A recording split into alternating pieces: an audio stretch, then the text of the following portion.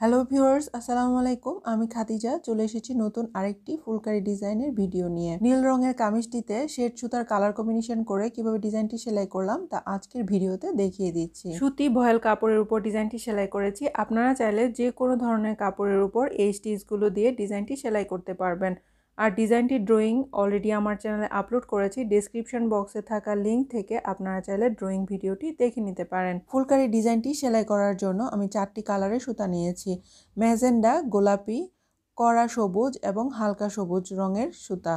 Shade সুতা দিয়ে design সেলাই করার ক্ষেত্রে অনেক সময় দেখা যায় যে মন মতো কালার ম্যাচিং সুতা পাওয়া যায় না, তো সেক্ষেত্রে আপনারা এভাবে কাছাকাছি কালার ম্যাচিং করে কিন্তু শেড সুতা বানিয়ে নিতে পারেন। ফুলগুলো সেলাই করার জন্য আমি ম্যাজেন্ডা কালার এবং হালকা গোলাপি কালার সুতা নিয়েছি। আর ডাল এবং পাতাগুলো সেলাই করার জন্য হালকা সবুজ কালার সুতা এবং কড়া সবুজ কালার 2টি সুতা নিয়েছি। এই সুতাগুলো হচ্ছে চিকন সুতি লাচি সুতা। তো এই সুতাগুলো কিন্তু আমি 20 টাকা করে কিনে থাকি। আর সুতা সম্পর্কিত কিন্তু ডিটেলস একটি ভিডিও রয়েছে, আপনারা চাইলে সেই ভিডিওটি দেখে নিতে পারেন। ডেসক্রিপশন বক্সে আমি সুতা সম্পর্কিত সেই ভিডিওটির লিংক দিয়ে দিব। কাগজে ড্রয়িং করা ডিজাইনটি আমি সাদা কার্বন পেপারের মাধ্যমে এই নীল কালার কাপড়ের মধ্যে ড্রয়িং করে নিয়েছি। তো এখন আমি সেলাইটা দেখিয়ে দিচ্ছি। গলার ডিজাইনটির জন্য যে কার্বন পেপার দিয়ে আউটলাইনটি ড্রয়িং করেছি, এটার ভিতর দিকে আমি এভাবে চিকন করে আরেকটি দাগ দিয়ে দিব। তো এই গলার প্যানেলটি সেলাই করার জন্য আমি ক্রস স্টিচ দিয়ে সেলাই করব। তো ক্রস স্টিচ সেলাইটা যেন দেখতে ভালো হয়, ফিনিশিংটা ভালো হয়, সেজন্য আমি এভাবে দাগ দিয়ে দিচ্ছি। এখন এই দাগ বরাবর সেলাই করে নিব। আর সেলাইটি করার জন্য আমি 2 নাল পরিমাণ গোলাপি কালার সুতা নিয়েছি। ভিউয়ার্স, এই মুহূর্তে যারা আমার চ্যানেলটি ভিজিট করছেন তাদের মধ্যে যারা এখনও আমার চ্যানেলটি সাবস্ক্রাইব করেননি, তাদের যদি আমার চ্যানেলের ভিডিওগুলো ভালো লেগে থাকে প্লিজ আমার চ্যানেলটি সাবস্ক্রাইব করে দিন। পাশে থাকা বেল আইকনটি বাজিয়ে দিন, তাহলে আমি নতুন ভিডিও আপলোড করার সাথে সাথে আপনাদের নোটিফিকেশনে আমার নতুন ভিডিওটি পেয়ে যাবেন। আর যারা আমার চ্যানেল সাবস্ক্রাইব করেছেন তাদেরকে অসংখ্য অসংখ্য ধন্যবাদ।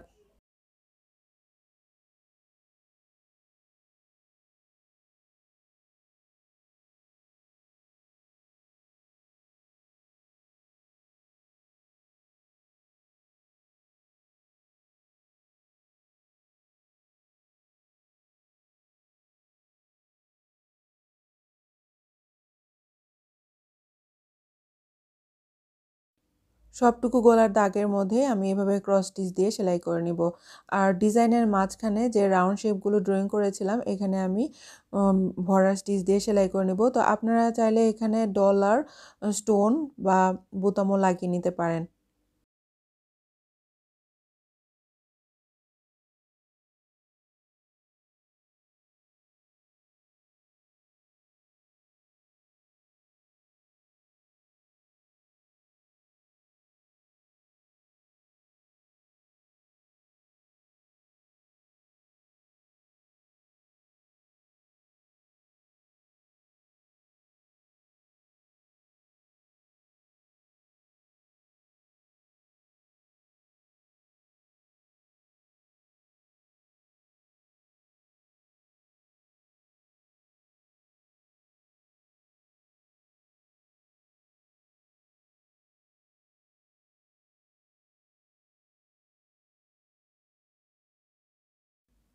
ফুলের পাপড়িগুলোর মাঝখান থেকে সেলাই শুরু করব। এখান থেকে সুইটা আমি তুলে নিয়ে তারপর এই মিডল থেকে সুইটাকে ঢুকিয়ে তারপর অল্প একটু দূরত্বে সুইটাকে আবার বের করে নিব। বের করে নিয়ে তারপর এভাবে এই ফোঁটার উপর দিয়ে আমি এই ফোঁটটাকে আবার আটকে নিব। প্রত্যেকবারই কিন্তু এভাবেই ফোঁটটাকে আটকে নিতে হবে। আর সুতাটা একটু টেনে টেনে দিতে হবে যেন ফোঁটটাতে এক্সট্রা সুতা না থাকে। প্রত্যেকটি ফুল সেলাই করার ক্ষেত্রে একটা বিষয় লক্ষণীয় হচ্ছে, আমি এই যে সুইটিকে কিন্তু এই লম্বা ফোরটির বাম সাইড থেকে তুলে এখন ডান সাইড দিয়ে আটকে নিচ্ছি। প্রথমে ম্যাজেন্ডা কালার 2 নাল পরিমাণ সুতা নিয়েছি। ম্যাজেন্ডা কালার 2 নাল পরিমাণ সুতাটা শেষ হয়ে গেলে তারপর আমি হালকা গোলাপি কালার 2 নাল পরিমাণ সুতা নিব। তো প্রতিটি ক্ষেত্রে এভাবেই সুতার কালারটা ম্যাচিং রাখতে হবে। এক্ষেত্রে আপনারা প্রথমে ম্যাজেন্ডা সুতার পরিবর্তে হালকা গোলাপি কালার সুতা দিয়েও সেলাইটি শুরু করতে পারেন। মানে সুতা আগে পরে এটা কোনো বাধ্যবাধকতা নেই, মানে 2টা কালার সুতা ম্যাচিং করে আমি সেলাইটা কমপ্লিট করব। ডিজাইনের প্রত্যেকটা ফোর দেখতে যেন একই রকম লাগে, সেজন্য আমি সুইটাকে এভাবে এই 4টির বাম দিক থেকে বের করে ডান দিকে ঢুকিয়ে দিচ্ছি।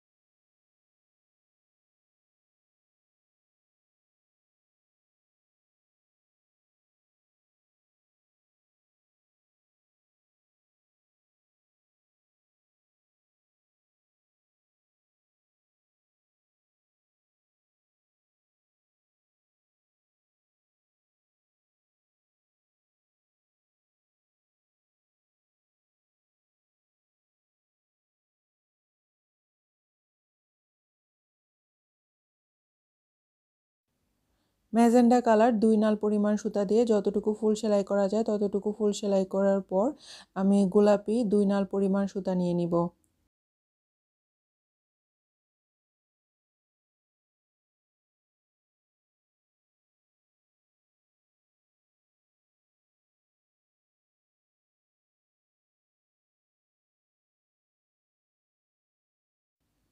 এভাবেই সুতার কালার কম্বিনেশনটা করতে হবে।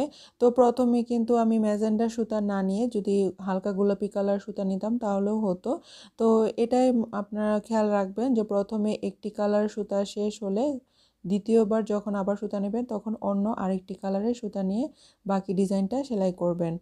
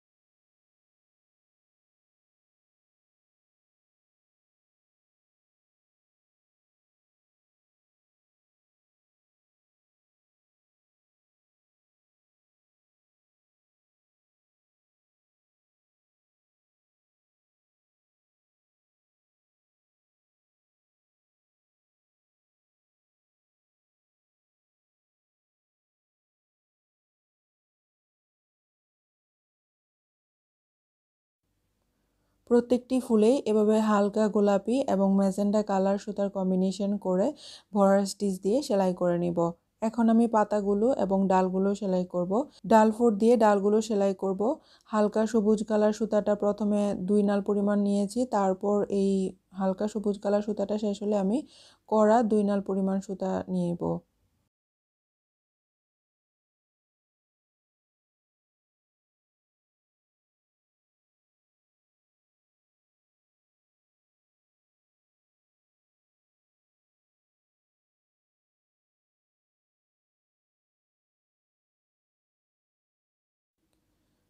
পাতাগুলো আমি ভরা স্টিচ দিয়ে সেলাই করে নিব।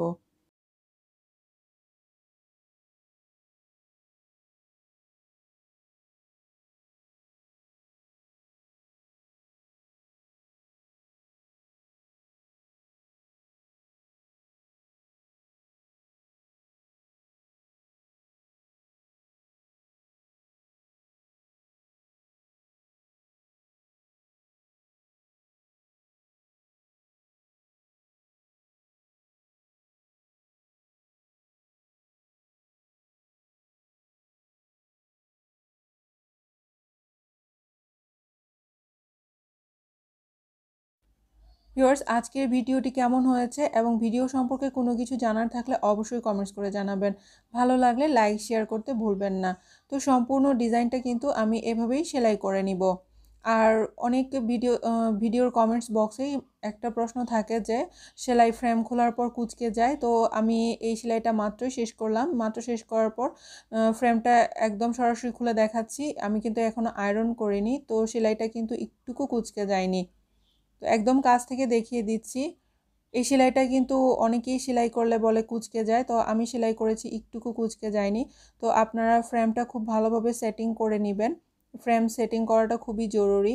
তো আমার এই ফ্রেমটা 10 ইঞ্চি পরিমাপের একটি বেতের ফ্রেম। এটা ভেতরের পার্টটাকে আমি কাপড় দিয়ে আটকে নিয়েছি, আর বাইরের পার্টটিকে আমি ব্যান্ডিজ করার সাদা কালার ট্যাপ ছিল সেটা দিয়ে এভাবে মুড়িয়ে নিয়েছি।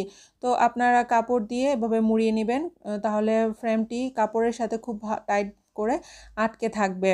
আর যদি অল্প একটু কুঁচকে যায় সেক্ষেত্রে আপনারা কাপড়টিকে উল্টো করে ভারী করে আয়রন করবেন। তো সময় স্বল্পতার অভাবে আমি সম্পূর্ণ ডিজাইনটা সেলাই করতে পারিনি।